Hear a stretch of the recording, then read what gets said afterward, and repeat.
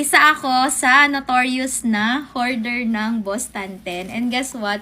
Meron silang bagong release. Ito yung kanilang merong logo na B. Ang cute. Para siyang logo ng mga famous na international brand. Hindi talaga ako napapahiya kapag nagre-regalo ako ng Boss Tanten. Yung style naman nito is sling bag siya. Tapos na-adjust. You can check sa link kung papaano. Pero I think kaya ko tong gawan ng paraan na liliit siya.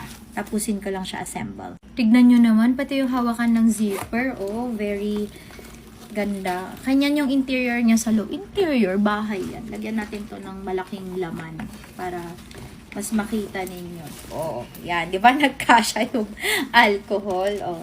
Ganito siya pag lumiit na siya, guys. Pwede siyang maging shoulder bag or pwede mo rin siyang gawing sling bag. Hindi talaga ako magaling mag-demo, pero magaling ako maghanap ng mga quality na mga apparel.